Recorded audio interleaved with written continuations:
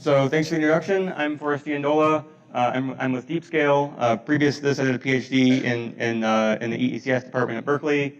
And before I get started, I'd like to thank many of my collaborators, some of whom I'm sure I have forgotten to include in this list, primarily from UC Berkeley and DeepScale. This slide is going to, or this presentation is going to be about tips and tricks for developing smaller neural networks. And just to level set what it is that I mean by that, let me kind of go through some of the key techniques that are used to make neural nets faster and more energy efficient, and then point out the thing that we're going to be focusing on for the next little bit here. So we've got model compression. That includes a broad array of things, most popularly things like quantizing the network to fewer bits, pruning it, and things like that. Developing new layer types. I'm a big fan of the graphic used in the ShiftNet paper for the shift layer. This is just a representative example of the kind of thing you can do. Basically, I would say that almost any differentiable math, anything from your 3 semesters and probably over 1,000 pages worth of calculus textbooks, can go into new layer types. Original net design. This is basically, well, you look around CVPR, lots of people are using ResNet for this, and GoogleNet for that, and MobileNet for the other, and SqueezeNet. Those are all nets that somebody originally came up with, and there's no reason we can't develop more of those from scratch. Original net designs also tend to feed into model compression techniques, which may be automated or manual in the approach of how the compression parameters are chosen. Distillation, this is basically, at least a common embodiment of this is, the goal is to train a very small network, which we call the student. We've got a teacher network that's probably larger and a bit more sophisticated that's already been trained. And the goal is, instead of training to replicate the labels in the training set, we train to replicate the labels generated by the teacher network. And this tends to add some value to accuracy in certain problems where the goal is to make a small model. There's efficient implementations. This is, these can be co-designed with your neural net or just designed independently of that. I've found it can be quite valuable to kind of go beyond what the popular hardware vendors like NVIDIA with cuDNN or Intel with MKLDNN currently offer. Naturally, those libraries are growing, but you can implement particular computations more efficiently for your hardware. And then finally, on the bottom right, design space exploration is both within each of the other 5 boxes as well as across them. How do we orchestrate this to find sort of the Pareto optimal frontier of best models given the constraints of your problem? So these are all very important areas. I've been fortunate in my career to have spent some time on most of them. But in this talk, my focus is going to be primarily on designing brand new neural net architectures that can be fed into most of the other aspects of this. So for the rest of the talk, I'm going to talk about these main things. So why develop small neural nets?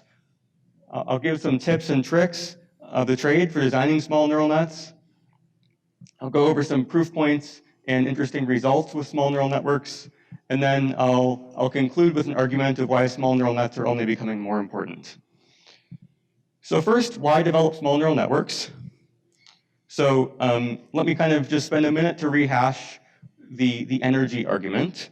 So the black part of this diagram is the actual chip, and everything else is not.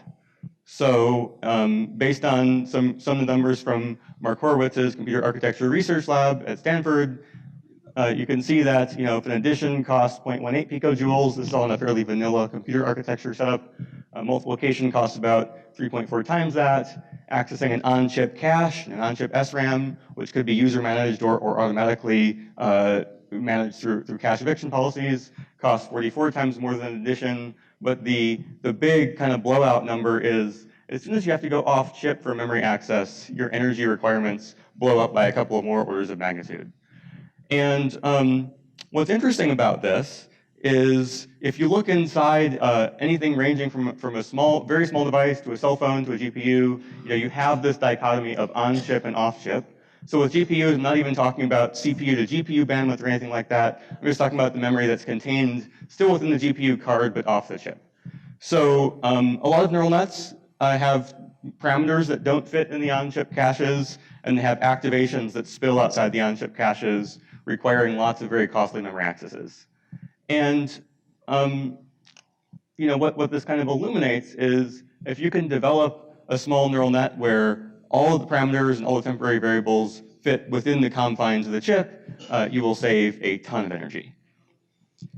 So let me go through one more aspect of why small neural nets have become so important.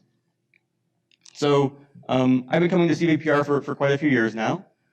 And when I was a graduate student, one of the state-of-the-art GPUs to work on for some time was the NVIDIA K20. Trained lots of neural nets on these. And basically, the thing I want to highlight is, for every flop you do, in the time that takes, assuming everything's well batched and well orchestrated, you can do 17 of those calculations for every byte that you load, is what I'm saying. This is sort of a poor man's version of arithmetic intensity that I'm showing here because it's simple and easier to reason about. So basically, 3.5 teraflops per second is the vendor claimed peak. Around 200 gigabytes per second is the best case you can achieve in terms of transferring memory from the GPU's off-chip memory to on-chip. So I don't know about you, but it seems like at least once a month I hear about, whether it's in research or in industry, somebody working on another sort of tensor processing unit, which is promised to be ready quite soon. We've been hearing AI hardware is coming for a long time, and I think 2018 is the year a lot of it has actually shown up. So this is where NVIDIA claims they are with the NVIDIA V100. So going to 16-bit floating point operations, and when you're doing the sort of 4x4 matrix multiply operation that the NVIDIA hardware, NVIDIA tensor cores on the V100 are optimized for, you can actually get, according to NVIDIA, 112 teraflops per second, which is a lot. But what's really interesting here is, doing these tensor processing devices really optimized for matrix multiplication and neural nets has been a very sort of high yield thing to do, but I haven't seen any particular ace in the hole as far as making memory faster. So memory is sort of chugging along at a more predictable rate of improvement. So the memory bandwidth in terms of gigabytes per second you can load, NVIDIA claims on the V100 is 900. So we've actually increased by about an order of magnitude how many operations we have to do to keep the GPU busy for every byte we can load. Or basically, we have to be about 10 times more efficient or conservative with using memory bandwidth if we want to get anywhere near that 112 teraflops per second that NVIDIA claims. So basically, processors are improving much faster than memory. Given that this is a session on efficient deep learning, I should probably talk about mobile as well. So similarly, look back just a few years, one of the most efficient devices for doing deep learning or deep neural net inference on mobile devices just 5 years ago was the ARM Mali GPU. This is kind of the class below the smallest thing that NVIDIA sells. And they claimed, or I guess if you do the multiplication of how many vector lanes times how many megahertz, you get about 120 gigaflops per second. In terms of memory bandwidth, it's basic, just sort of single LPDDR3 memory, which does a little over 10 gigabytes per second, and the operations write ratio is about 10.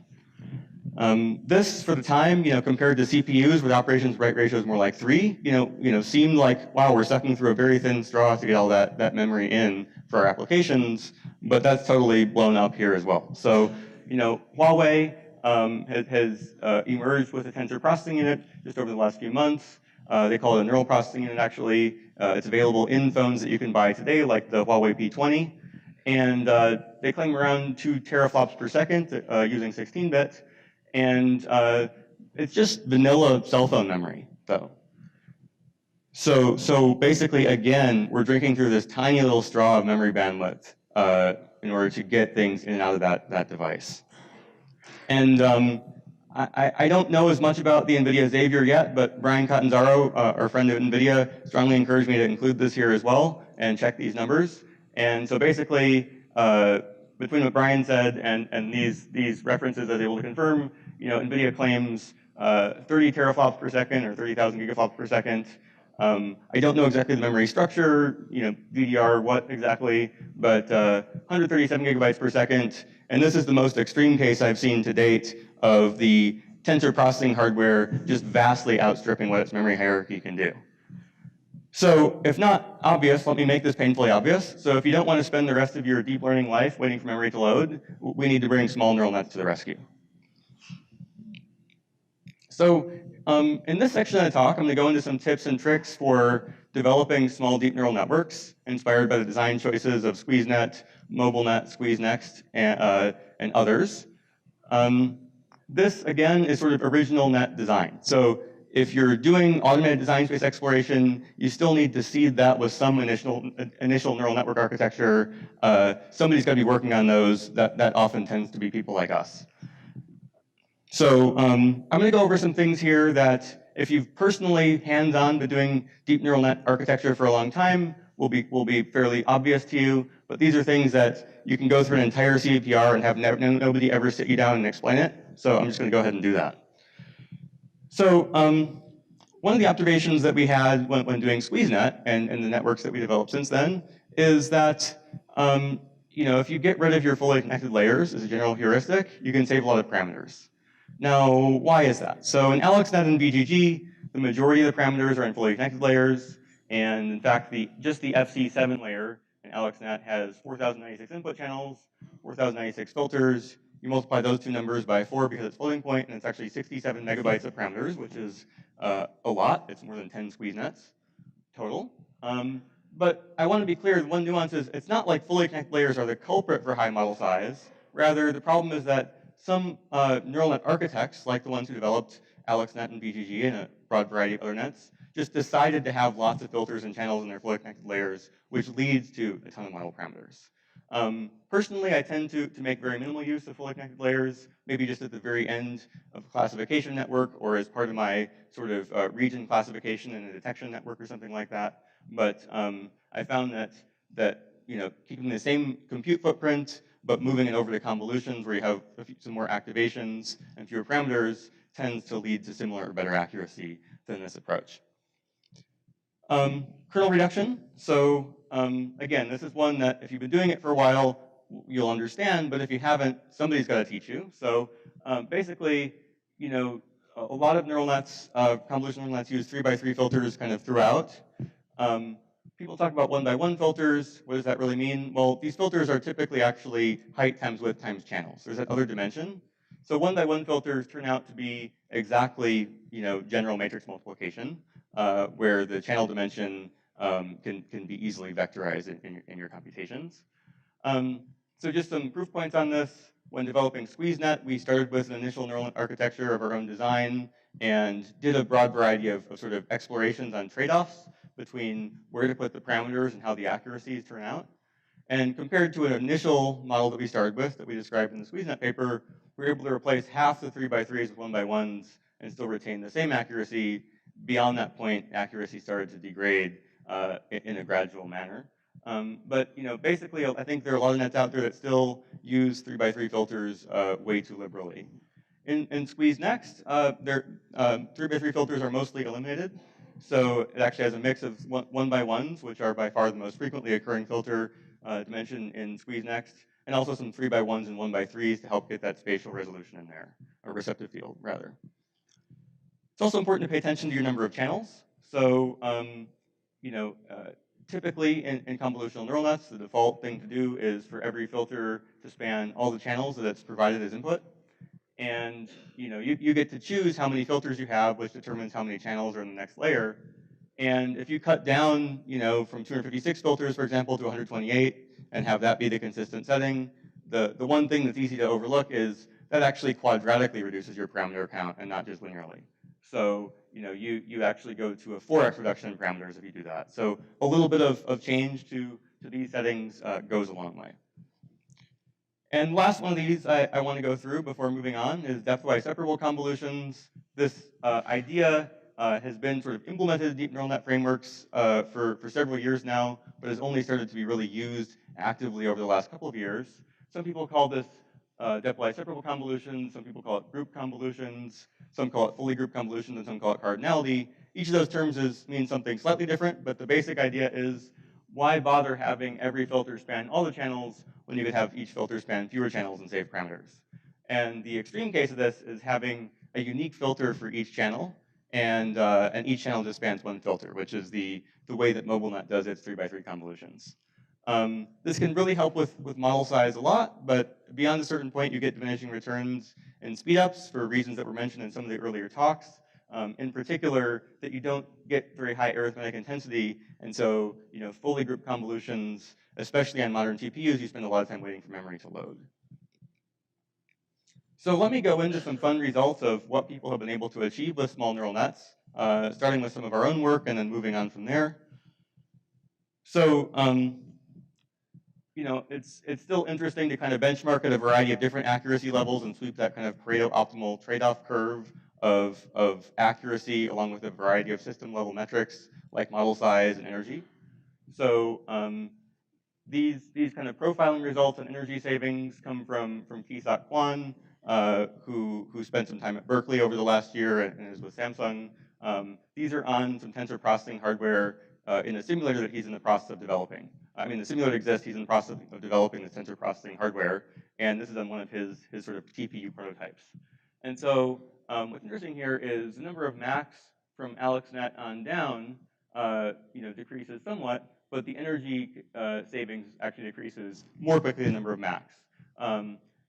The reason, so far as we can deduce, is that the savings in model size and activation footprint tends to be at least as important, often more important, in terms of energy consumption. And as a result, squeeze next small is a highly efficient deep neural net architecture. Other neural nets, like DarkNet, for example, were profiled in these papers as well. And then more at the kind of roughly 70% top one image and accuracy level. The interesting thing I want to show here about the kind of medium-sized version of Squeeze Next that's in the same ballpark as MobileNet's accuracy is that it has 25% more multiply accumulate instructions, but actually uses a little bit less energy. And again, that appears to be coming from two things.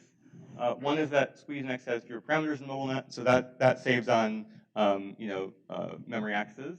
And then unlike MobileNet, Squeeze Next, at least in this version, doesn't do anything with fully grouped convolutions at all. So Squeeze Next is more efficient with data reuse.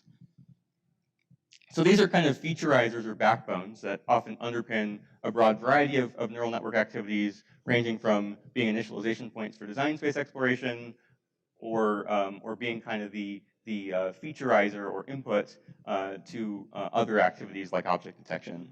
So how does this all fit together? Well, so this paper literally came out this week from a group at Intel. And what's most interesting about this is in the Pascal VOC object detection data set. And what's really interesting here is, there's a variety of different featureizers used, ranging from DarkNet to MobileNet to SqueezeNet to Fire, which is based on Fire layers that are from the Squeeze network. And I guess, given this paper was brand new, I didn't have time to put this in, but what's interesting is each of these different featureizers actually has a significantly different accuracy on ImageNet, and those accuracies are a lot less correlated than would have expected with how well the models do on Pascal object detection. So I think going forward, what we're seeing is, how well you do on your pre-training or whatever warm-up exercise you do for your neural net before going to a real application is less impactful than we thought on the end accuracy on your final application. Perhaps one of the most entertaining applications of small neural networks is for those who watch the Silicon Valley TV show. The Not Hot Dog app in the TV show. You take a picture of something, ideally a food item, and it tells you whether it's a hot dog or not using a smartphone. HBO actually hired a small engineering team to build a real-world version of this app. They documented how they did that, and one version of it used SqueezeNet. The latest one uses MobileNet. Small neural nets can be used for a variety of things, including art. So in style transfer, the top result is from kind of this initial paper on style transfer by Justin Johnson and co. at Stanford. But by injecting the shift operator into the original VGG net that was trained for style transfer and building a net with shift, Bi-Chen Wu and co. were able to save a factor of 6 in parameters and still produce similarly pretty neural art. So I mentioned I work at DeepScale. You probably wonder what it is that we do all day. So let me just show you one example of the type of thing that we're working on. We've been a little bit conservative on publishing, but rest assured we will have another wave of papers coming out on these things shortly. So this is the type of stuff that we're developing for use in automobiles on the road. And on the left, we have object detection using monocular camera. And on the right, we have something that takes me a little longer to explain, which is basically we're doing 3D reconstruction. We're making something that looks and acts a lot like the kind of point cloud you get from a 64 beam Velodyne LiDAR, which costs $80,000. And we're doing that with around $1,000 worth of cameras and a very small LiDAR that's 16 times lower resolution than the Velodyne. So this is sort of a proof point on what you can do with early sensor fusion, taking a kind of a ragtag band of low-cost sensors, feeding them into a neural net that's been trained to replicate a much more expensive sensor. I don't by any means think it's time to move away from LiDAR. I think LiDAR adds a lot of value. It gives somewhat more detailed results around each object, for example, than this does. But, you know, LiDAR reliability is not where we would like it to be. These aren't designed for driving 200,000 or 300,000 miles in the lifetime of the vehicle. So as a fallback, this has turned out to be quite helpful. And also, we do a lot of work in driver assistance and collision avoidance software for lower cost vehicles that definitely can't afford a $10,000 to $100,000 LiDAR, and this has come in handy there as well. So my team has sworn me to secrecy on exactly how many model parameters are in these networks, but we will be publishing more soon. But we're from DeepScale, so you can imagine just how few it might be. Getting towards the end here, this is one last slide before I wrap up. And I didn't quite find a good place to plot this into the talk, so I just kind of wanted to go over it at the end here. So one observation is that the sort of quote-unquote right deep neural net is now increasingly more platform dependent. So what do I mean to that? Well, each of these different sort of tensor processing platforms is optimized for a different problem dimension and to somewhat a different use case. So the Huawei NPU is optimized for 3x3 matrix multiply. The V100, as well as a broad variety of NVIDIA hardware that has tensor cores, is optimized for 4x4 matrix multiply. The TPU, somewhat famously, does 128 by 128 matrix multiplies. And so if your problems don't fit neatly into these dimensions, it can be very challenging to get that huge speed up that's been promised.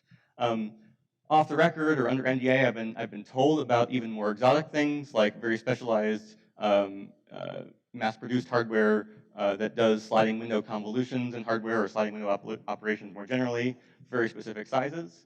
So my sense is that if we look at where efficient neural net design is in 5 years, the neural net that you're using actually has been designed for the particular platform that you're running on. You'll buy a device, there will be a variety of featureizers and other kind of base neural nets that come with it that either the research community or the hardware company have designed, and you use that as the initialization point for your design space exploration to develop the perfect neural net for your application.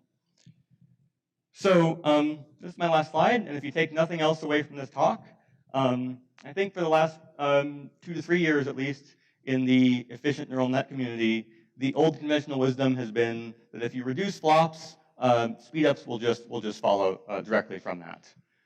I think the new conventional wisdom is that flops are becoming a lot cheaper than they were before, and memory accesses are relatively more expensive, both for time and energy.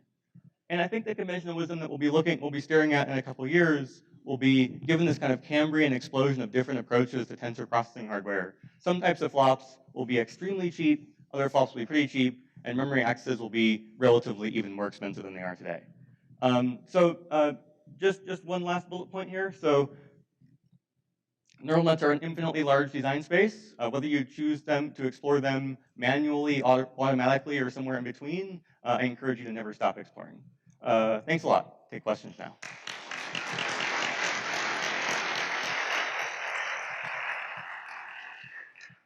We have time for one fast question.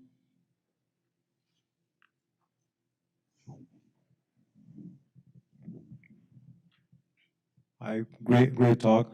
I'm just wondering, when you replace a 3x3 convolution by a 1x1 convolution, one would expect that would lead in a dramatic drop in accuracy because the 1x1 filter has the receptive field of just 1 pixel. Do you have any intuition of why that does not happen? Sure. So I think, at least my observation is that receptive fields in neural nets are important, but not every neuron needs to have access to defining a big receptive field. So mixing signals across channels actually turns out to be a pretty important cue as well in deep neural networks. And even if just a relatively small portion of the filters have a way to kind of have a receptive field that they manage themselves, you can still actually get a lot of signal overall from the data. And then I noticed that people are using convolutional filters with dilation now a lot. Convolutional filters with what? With dilation parameters. Dilation, So yeah. like a regular kernel would be dilation 1, and people are using larger numbers for the dilations. So the same kernel with the same number of weights will have a larger receptive field. Have you tried experimenting with that? Yeah, dilations are great, especially for very high resolution images where you want more receptive field, but you want a parameter budget or a compute budget as well to be limited. Absolutely.